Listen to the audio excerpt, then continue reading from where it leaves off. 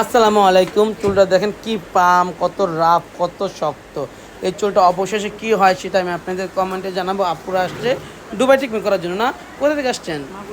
মাগুরা থেকে আসছে আপুরা দুবাই ট্রিটমেন্ট করার জন্য। 15,000 টাকা করে আমাদের দুবাই ট্রিটমেন্টটা সবাই জানেন। এই দেখেন চুলটা ফাইনাল রেজাল্ট নিয়ে চলে আসছি আপনাদের মাঝে। ফাইনাল রেজাল্ট এটা দেখেন, চুলটা কত সুন্দর, কত শাইনিং। এটা কিন্তু ওয়াশ করার পরে ঠান্ডা বাতাসে শুকানো যায়, চুল আয়রন করা হয় না। আপু একটু তাকান তো, কোথা থেকে আসছেন? মাগুরা থেকে আসছেন। আপু এটা আয়রন করছে এখনো? না, তাহলে ওয়াশ করে নিয়ে আসছি না। চুলটা কেমন হয়েছে? অনেক সুন্দর হয়েছে। চুল অনেক ড্যামেজ ছিল না। এটা কি করেছেন? দুবাই ট্রিটমেন্ট হ্যাঁ, 15,000 টাকাতে করেছেন।